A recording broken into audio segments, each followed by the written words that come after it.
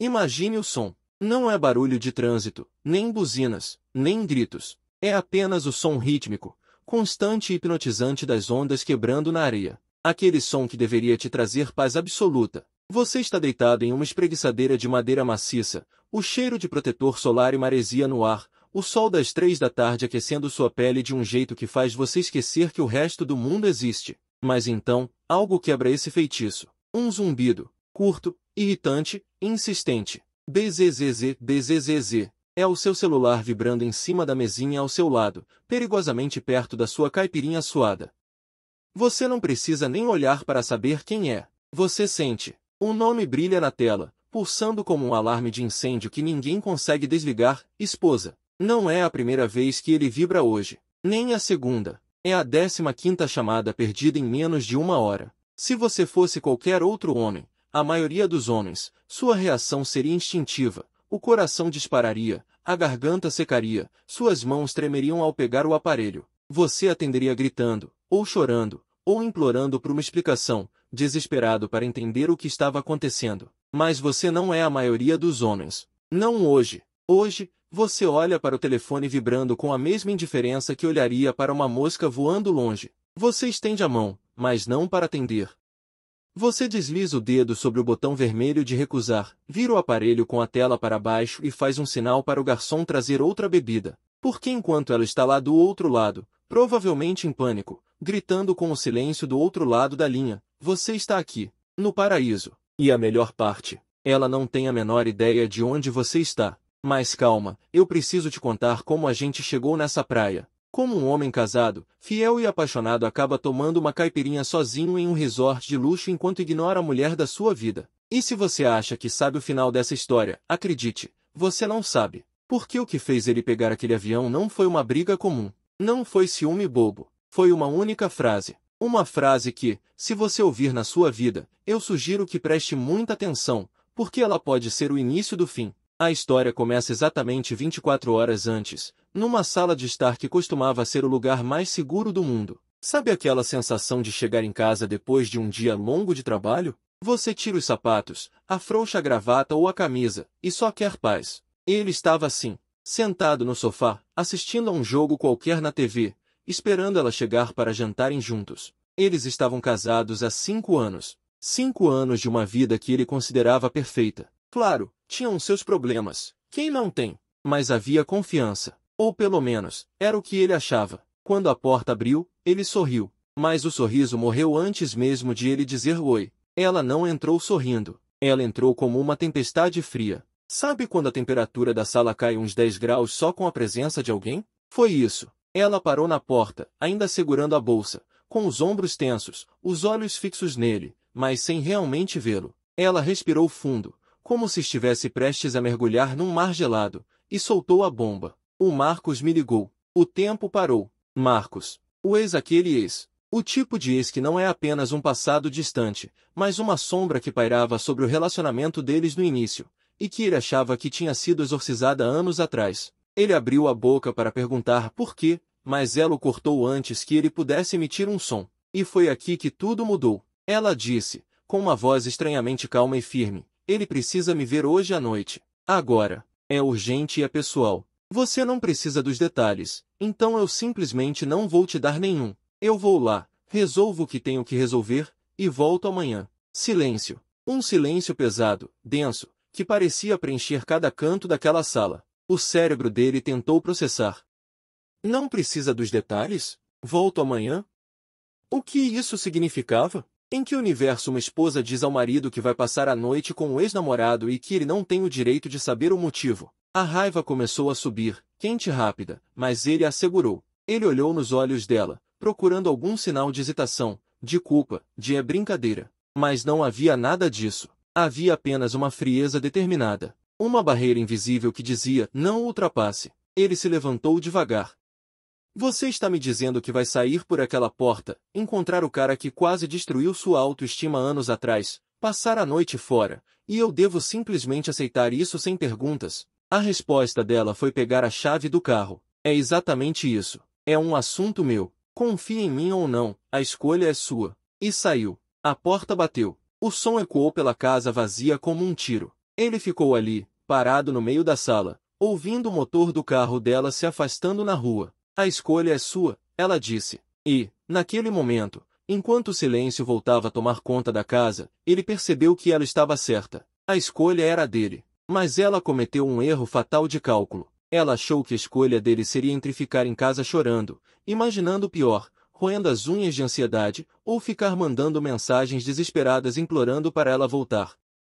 Ela achou que ele ficaria paralisado pelo medo de perdê-la. O que ela não sabia, o que ela esqueceu nesses 5 anos de conforto e segurança, é que existe um limite para a falta de respeito que um homem pode aguentar antes de sua chave virar. E a chave dele virou naquele instante. Ele não sentiu vontade de chorar.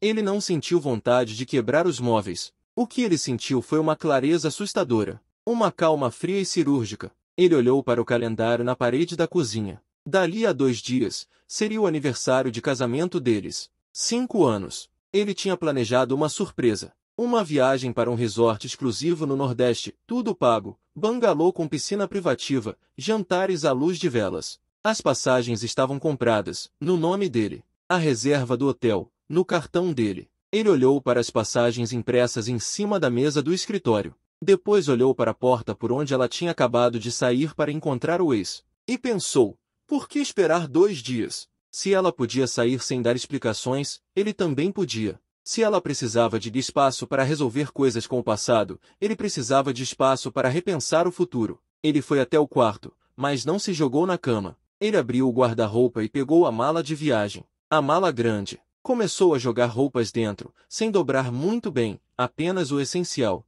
Bermudas, camisetas, óculos de sol, o passaporte. Enquanto fechava o zíper da mala, ele sentiu algo estranho. Não era tristeza. Era poder.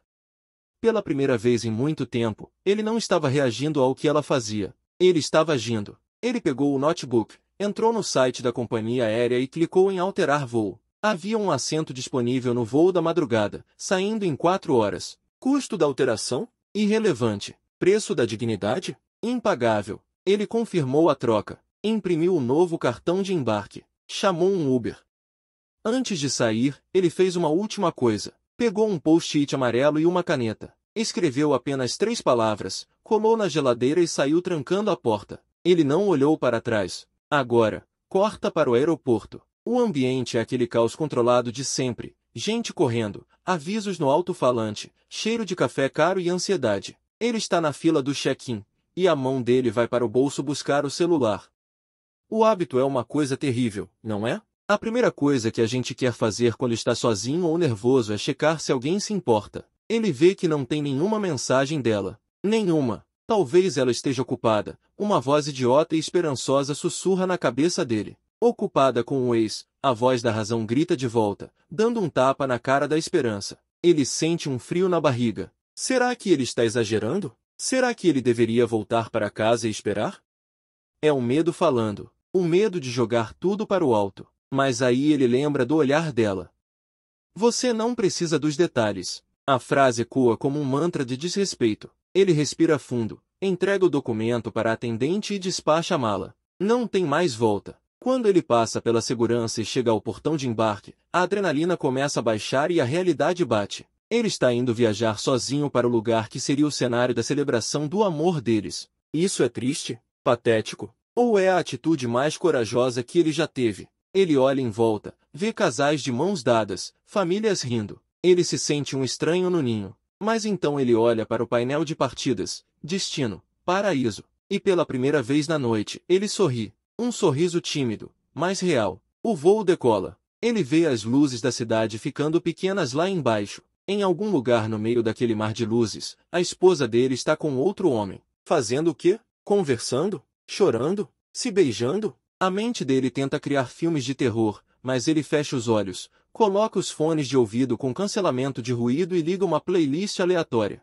Ele decide que, pelas próximas horas, o problema não existe. Ele está literalmente acima das nuvens, acima dos problemas. A aterrissagem é suave. O calor tropical bate no rosto dele assim que a porta do avião se abre, aquele abraço quente e úmido que te diz você não está mais no escritório. Ele pega as malas, pega o transfer para o hotel. O motorista, um senhor simpático que gosta de conversar, pergunta, veio de férias, doutor?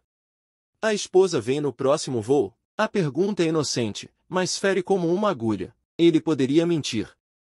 Poderia dizer que ela perdeu o voo, mas ele decide testar a verdade, ver qual o gosto dela na boca. Não, ele responde, olhando pela janela as palmeiras passando rápido. Minha esposa teve um compromisso inadiável, um encontro com o passado. Eu vim curtir o presente. O motorista olha pelo retrovisor, entende o recado e fica em silêncio. Respeito. Homens se entendem no silêncio. Chegando ao resort, a recepção é aquele espetáculo. Água de cocô de boas-vindas, toalhas geladas. A recepcionista sorri e confere a reserva. Senhor e senhora Silva, Bungalow Master, pacote de lua de mel, certo? Ele devolve o sorriso, mas sem mostrar os dentes. Apenas senhor Silva. A senhora Silva não vem. Pode cancelar as reservas de jantar para 2 e manter apenas para 1. Ah, e eu vou querer o pacote de massagem. Duplo, mas só para mim. 1 hora nas costas, 1 hora nas pernas. A recepcionista pisca, confusa por um segundo, mas o profissionalismo vence.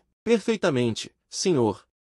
E sinto muito pelo imprevisto. Ele pega a chave do quarto. Não sinta. Acho que foi o melhor imprevisto que poderia ter acontecido. Ele entra no bangalô. É incrível. Piscina de borda infinita olhando para o mar, cama king size cheia de pétalas de rosa formando um coração. Ele joga a mala no chão, vai até a cama e, com um gesto brusco, varre as pétalas para o chão. Limpa a área. Abre a porta da varanda e o som do mar invade o quarto. É aqui que nós estamos agora. Ele pede a caipirinha. O sol brilha. E o celular começa a vibrar. A vibração do celular na mesinha de teca é como um inseto preso num pote de vidro. Insistente, irritante, mas impotente. Ele olha para a tela mais uma vez. Esposa. Ele sabe exatamente o que está acontecendo do outro lado da linha. Ela deve estar dirigindo de volta para casa agora, as mãos apertando o volante até os nós dos dedos ficarem brancos, o rádio desligado, o silêncio do carro sendo quebrado apenas pela sua própria respiração ofegante e pelo som da chamada caindo na caixa postal.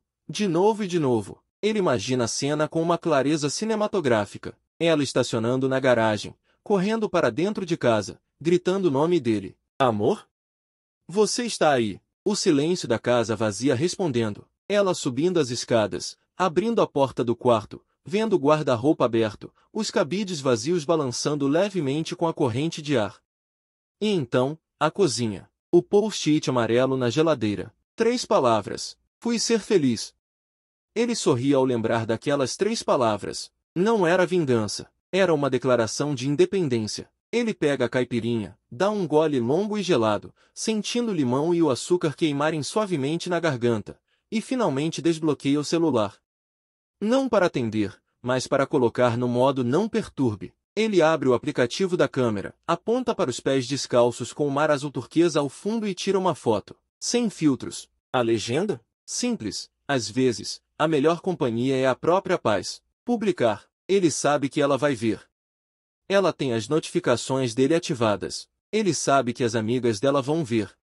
Ele sabe que o mundo inteiro vai ver que, enquanto ela achava que ele estava sofrendo, ele estava vivendo. E isso, meus amigos, é o poder do silêncio. O silêncio não discute. O silêncio não implora. O silêncio apenas é. E é ensurdecedor para quem tem culpa no cartório. A primeira noite no resort é estranha. Jantar sozinho em um restaurante romântico é uma experiência sociológica. Os garçons te olham com uma mistura de pena e curiosidade. Os casais nas mesas vizinhas cochicham. Será que ele levou um bolo? Será que é viúvo? Ele pede um vinho caro, um prato que ela nunca deixaria ele pedir porque tem muito carboidrato, e come devagar, saboreando cada garfada como se fosse a última refeição de um condenado que foi perdoado no último segundo. Ele observa os casais ao redor. Aquele casal jovem brigando baixinho porque ele olhou para a garçonete. Aquele casal mais velho que não troca uma palavra há 20 minutos, ambos presos em seus celulares. Ele percebe uma coisa fascinante, ele está mais acompanhado consigo mesmo do que muita gente ali está com seus parceiros. A solidão não é estar sozinho, é estar com alguém que faz você se sentir sozinho. E naquela noite, pela primeira vez em anos, ele não se sente sozinho. Ele volta para o bangalô. A cama king size parece um oceano de lençóis brancos. Ele se deita no meio, estrela do mar, ocupando todo o espaço. Ele dorme, um sono profundo, sem sonhos, sem acordar no meio da noite preocupado se ela chegou bem, se ela está brava, se ele disse a coisa certa. Ele acorda com o sol batendo no rosto e o som dos pássaros. Ele pega o celular. 147 notificações. Mensagens de texto, WhatsApp, direct do Instagram, e-mails. O desespero dela escalou durante a noite. As mensagens mudaram de tom. Primeiro, a raiva. Onde você está? Isso é ridículo. Atende essa porcaria. Depois, a preocupação fingida. Aconteceu alguma coisa? Estou preocupada. Por favor, me dá um sinal de vida. E finalmente, a culpa manipuladora. Você não pode fazer isso comigo. Eu cheguei em casa e você sumiu. Eu estou passando mal. Você quer me matar do coração. Ele lê tudo com a frieza de um juiz analisando provas. Ele decide não responder. Ainda não. Responder agora seria dar a ela o que ela quer, controle. Ela quer saber onde ele está para poder ir atrás, ou para poder brigar, ou para poder se fazer de vítima. Se ele responde, ele entra no jogo dela. Se ele fica em silêncio, o jogo é dele. Ele desce para o café da manhã. Frutas tropicais, sucos, tapioca feita na hora. Ele está se servindo de café quando o celular vibra de um jeito diferente. Não é ela, é a Carla, a melhor amiga dela. A Carla é aquela amiga que adora um drama, que vive dando conselhos não solicitados e que, secretamente, ele sempre desconfiou que tinha uma pontinha de inveja do casamento deles. A mensagem da Carla pipoca na tela. Oi, fulano. A sua esposa está aqui em casa chorando horrores. Disse que você abandonou o lar, que surtou e sumiu. O que eu falo para ela? Ela está inconsolável. Disse que você nem quis ouvir a explicação dela. Amigo, me ajuda a te ajudar. Ele ri. Uma risada curta e seca. Abandonou o lar. Que termo jurídico interessante. Ele toma um gole de café e digita. Apaga. Digita de novo. Carla, bom dia. Diga a ela que o lar não foi abandonado. Ele foi liberado. Ela queria espaço para resolver coisas do passado. Lembra? Eu dei a ela o estado inteiro de espaço. E diga também que estou ótimo. A propósito, esse suco de graviola está divino. Enviar. Ele anexa a foto da mesa de café da manhã com o mar ao fundo. Ele imagina a cara da Carla recebendo aquilo. O choque. A indignação. E, claro, a fofoca imediata que ela vai correr para contar. Ele sabe que em 5 minutos a esposa vai saber. E é exatamente isso que ele quer. Ele quer que ela saiba que a narrativa de coitadinha abandonada não vai colar. O dia passa devagar, num ritmo preguiçoso. Ele faz a massagem que agendou. Ele nada na piscina. Ele lê um livro que comprou no aeroporto e que queria ler há meses. Ele começa a perceber detalhes que tinha esquecido sobre si mesmo. Ele gosta de água de cocô sem açúcar. Ele gosta de ler ficção científica. Ele gosta de ficar em silêncio olhando para o nada. Coisas pequenas que foram soterradas pela rotina de tentar agradar outra pessoa. No final da tarde, ele volta para o quarto para pegar o protetor solar e vê algo que faz seu estômago dar um nó. Não é uma mensagem dela. É uma notificação do iPad. Ele tinha esquecido completamente. Eles compartilhavam uma conta na nuvem para fotos e arquivos, e o iPad antigo, que ele trouxe na mochila de mão quase sem pensar, estava sincronizado. A notificação dizia: 3 novos itens adicionados ao álbuns compartilhados. Ele congela. A curiosidade humana é uma força da natureza. Ele sabe que não deve olhar. Ele sabe que o que vai ver pode estragar a paz que ele conquistou nas últimas 24 horas. Mas ele precisa saber. Ele precisa ter certeza de que não está louco, de que não está sendo injusto. Ele senta na beira da cama, com a toalha ainda úmida no ombro, e abre o iPad. As fotos carregam lentamente na internet do hotel. A primeira foto é inócua. Uma selfie dela no espelho do elevador, vestida para matar. Aquele vestido vermelho que ele adorava. Maquiagem impecável. Ela não parecia uma mulher indo resolver um problema doloroso e urgente. Ela parecia uma mulher indo para um encontro. O coração dele acelera. A segunda imagem não é uma foto. É um print. Um print de uma conversa de WhatsApp. O nome no topo é Marcos Ex. Ele dá zoom. A data é de ontem, horas antes dela chegar em casa e soltar a bomba. A conversa no print é curta, mas brutal. Ela diz: ele não desconfia de nada. Vou dizer que é uma emergência familiar ou algo assim. Preciso te ver. Ainda sinto que não terminamos o que começamos. A resposta do Marcos: você é casada. Não complica as coisas. A réplica dela, que fez o sangue dele gelar nas veias. Casada no papel, meu coração nunca saiu daquela época. Só me dá uma chance de provar. Se a gente se acertar hoje, eu cancelo a viagem de aniversário com ele amanhã. Invento uma doença, qualquer coisa. Só diz que sim. Ele solta o iPad na cama como se tivesse queimado a mão. O ar parece faltar no quarto. Não foi apenas um encontro. Não foi apenas uma conversa. Foi uma entrevista de emprego para voltar a ser amante. Ela estava disposta a jogar 5 anos no lixo, a cancelar a viagem que ele planejou com tanto carinho, tudo por uma chance, uma mísera chance, de voltar para o passado. E o pior? O que dói mais não é a traição em si, é a premeditação, é o cálculo frio. Inventa uma doença. Ela ia mentir na cara dele, no dia do aniversário de casamento, para ficar com outro. A raiva volta, mas agora ela é diferente. Não é mais aquela raiva quente e impulsiva. É uma raiva fria, sólida, pesada como chumbo. Ele se levanta e vai até o frigobar. Pega uma garrafa de água com gás. Bebe um gole. Ele precisa pensar. Ele tem a prova. Ele tem a arma do crime digital nas mãos. Mas o que fazer com ela? Mandar para ela agora? Olha o que eu descobri. Sua mentirosa? Não. Isso seria amador.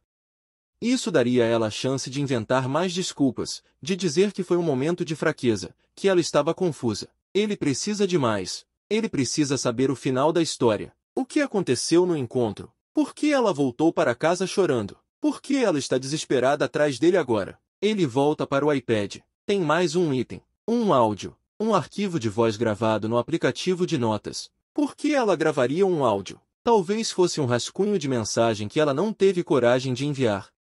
Ou talvez fosse um registro de uma conversa. O dedo dele paira sobre o botão de play. Ele sabe que, assim que apertar aquele botão, não haverá mais volta. A inocência, ou o que restava dela, morrerá naquele instante. Ele respira fundo, fecha os olhos e aperta o play. Aquele áudio. Aquele maldito áudio. Ele durava exatos 32 segundos, mas parecia conter uma eternidade de humilhação. O dedo dele tremeu antes de tocar na tela. Ele podia simplesmente deletar, ignorar, fingir que aquilo nunca existiu e voltar para a piscina. Mas a dúvida é um câncer. Ela corrói a alma se você não a extirpa pela raiz. Ele apertou o play. A voz dela soou metálica, embargada, trêmula. Não era a voz da esposa confiante que saiu de casa batendo a porta. Era a voz de uma adolescente desesperada.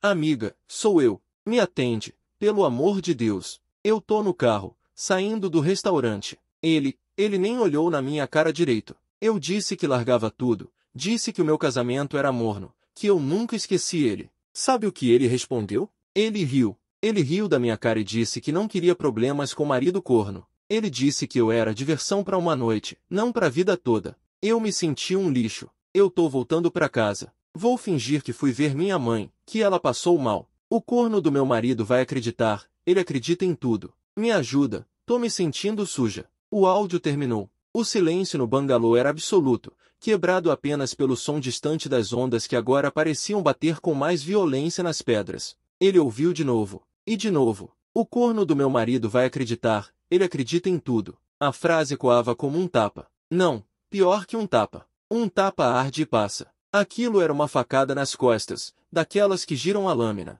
Ela não voltou porque amava ele. Ela não voltou porque se arrependeu. Ela voltou porque foi rejeitada. Ela voltou porque o plano a falhou miseravelmente e ele, o marido fiel, o parceiro de 5 anos, era apenas o prêmio de consolação, o porto seguro onde ela podia atracar seu barco furado enquanto lambia as feridas causadas por outro homem. Ele se levantou e foi até o espelho do banheiro. Olhou para o próprio rosto. Viu as linhas de expressão, o cabelo começando a grisalhar nas têmporas, os olhos cansados. Ele acredita em tudo. Ele sentiu nojo, não dela, mas de si mesmo, de ter sido tão cego, tão complacente, tão disponível. Ela tinha razão em uma coisa, ele sempre esteve ali, disponível, previsível, seguro, e foi exatamente essa segurança que a fez perder o respeito. Ninguém respeita o que tem garantido. Ninguém valoriza a água até o poço secar.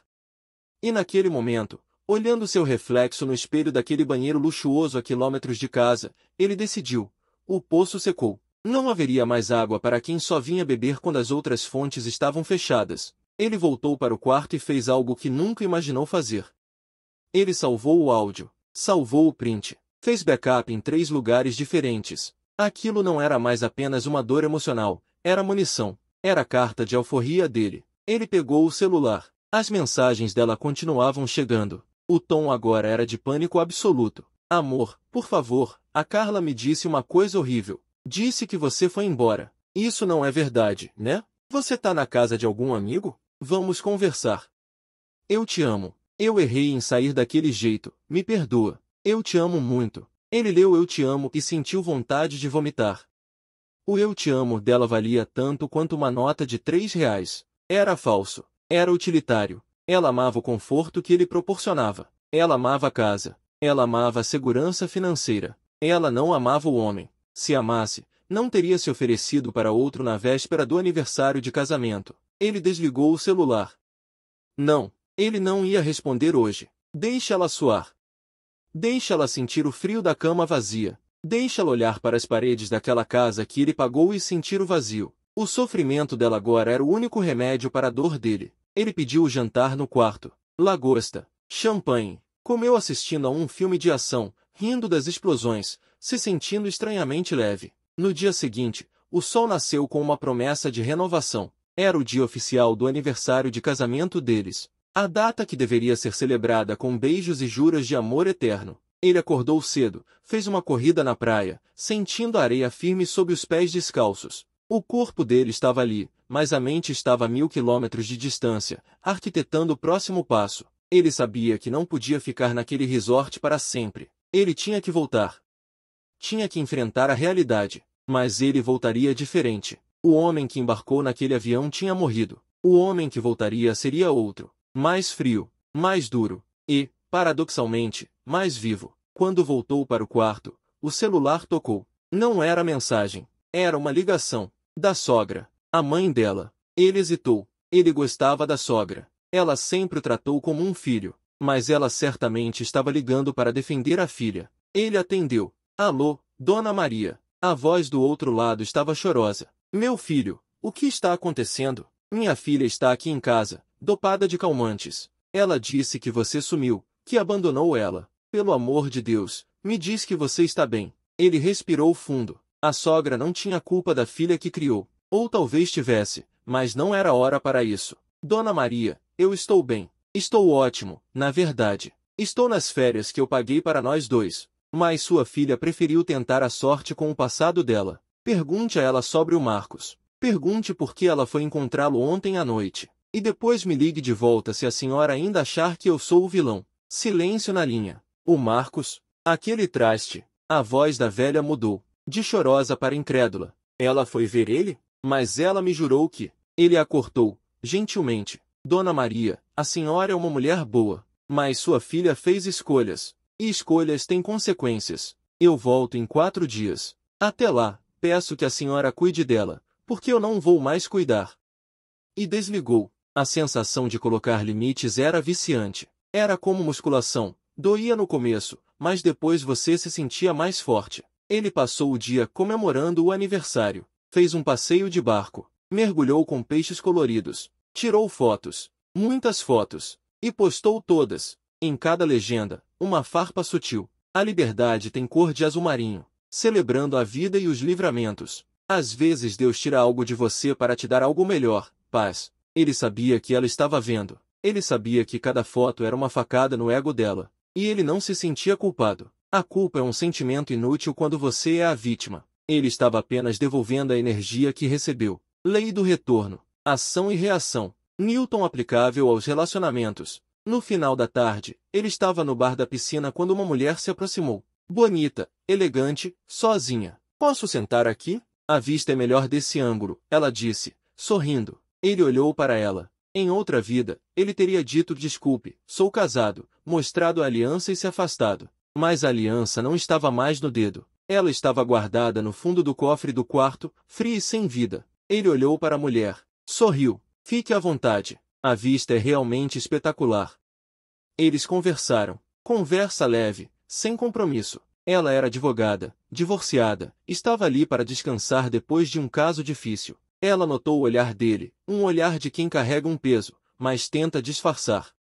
Você tem cara de quem está fugindo de alguma coisa, ela disse, perspicaz. Não fugindo, ele corrigiu, girando o gelo no copo de uísque. Me reencontrando. Digamos que eu descobri que estava vivendo um filme, mas eu era apenas o figurante na vida da protagonista. Decidi assumir a direção. Ela riu, um som gostoso e genuíno. Gostei disso. Assumir a direção. E qual é o gênero desse novo filme? Ação? Drama? Ele olhou para o mar, o sol se pondo pintando o céu de roxo e laranja, cores violentas e belas. Acho que é um renascimento. Daqueles filmes onde o herói apanha no começo, quase morre, mas no final se levanta mais forte. E, quem sabe, encontra uma nova protagonista. Ela sustentou o olhar dele. Havia um convite ali. Não sexual, não imediato, mas um convite para a possibilidade. A possibilidade de que a vida não tinha acabado. De que havia outras histórias, outras pessoas, outros sorrisos que não escondiam mentiras.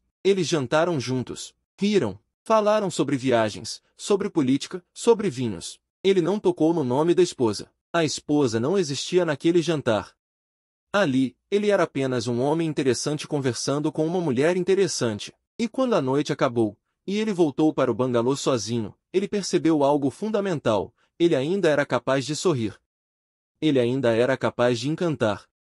Ele não era o corno do áudio. Ele era um homem livre. E isso era perigoso, para ela. Os dias seguintes passaram num borrão de sol e autodescoberta. A cada dia, a imagem dela ficava um pouco mais borrada na mente dele. A dor aguda da traição ia se transformando numa cicatriz latejante, mais suportável. Mas o tempo de voltar se aproximava. O voo de volta estava marcado. A volta para a cena do crime. Ele começou a preparar o terreno. Ligou para um amigo advogado. Ricardo, preciso de um favor. Papelada de divórcio. Quero tudo pronto para quando eu pousar. Separação total de bens. Graças a Deus a gente assinou isso. A casa é financiada no meu nome. Ela sai. O carro é dela. Ela fica. Quero resolver isso rápido. Sem litígio se possível, mas com guerra se necessário. O amigo tentou argumentar, dizer para ele pensar bem, esfriar a cabeça. Minha cabeça nunca esteve tão fria, Ricardo. A temperatura é zero absoluto. Só prepara a papelada. Ele desligou e começou a fazer as malas, dobrando as mesmas roupas que jogou de qualquer jeito dias atrás. Mas agora ele dobrava com cuidado, com precisão. Ele estava organizando a bagagem, assim como estava organizando a vida. Fechou a mala. Olhou para o quarto pela última vez. Obrigado, ele sussurrou para as paredes. Aquele quarto tinha sido um santuário, um casulo. Agora, a borboleta, ou melhor, o falcão, estava pronto para voar de volta e caçar. No aeroporto de volta, a sensação era oposta à da ida. Na ida, ele era um fugitivo. Na volta, ele era um general retornando para a batalha final. Ele ligou o celular assim que o avião pousou. Centenas de mensagens. Mas uma chamou a atenção. Uma mensagem de voz dela, enviada horas antes. Ele colocou o telefone no ouvido enquanto esperava a mala na esteira. A voz dela estava diferente. Cansada. Derrotada. Eu sei que você está voltando hoje. Eu vi o horário do voo no e-mail compartilhado. Eu vou estar te esperando. Não me expulsa, por favor. Me deixa falar. Me deixa olhar no seu olho e explicar. O que eu disse naquele áudio, eu estava com raiva, eu estava confusa. Não é verdade. Eu te amo. Por favor, volta para casa. Ele guardou o celular no bolso. Volta para casa. Ela ainda achava que a casa era dela. Ela ainda achava que tinha algum poder de barganha. Ela não entendia que a casa agora era apenas um imóvel. O lar tinha deixado de existir no momento em que ela saiu para encontrar o Marcos. Ele pegou a mala na esteira. Pesada. Sólida. Ele caminhou em direção à saída, onde a multidão aguardava os passageiros. Corações batiam forte, abraços de reencontro aconteciam ao redor. Mas ele não procurava abraço. Ele procurava um fim. E lá estava ela, parada perto da grade de desembarque. Ela parecia ter envelhecido 10 anos em 5 dias. Olheiras profundas, sem maquiagem, o cabelo preso de qualquer jeito, vestindo uma camiseta velha dele. Golpe baixo, tentando apelar para a familiaridade, para a nostalgia. Ela ouviu. Os olhos dela se encheram de lágrimas instantaneamente. Ela deu um passo à frente, abrindo os braços, pronta para encenar a esposa arrependida e sofredora. Ele não parou. Ele não sorriu. Ele continuou andando, arrastando a mala de rodinhas que faziam barulho seco no chão de granito. Ele foi direto na direção dela, mas não para abraçá-la. Ele parou a meio metro de distância. O cheiro dela, aquele perfume que ele conhecia tão bem, invadiu as narinas dele. Mas não trouxe amor. Trouxe enjoo.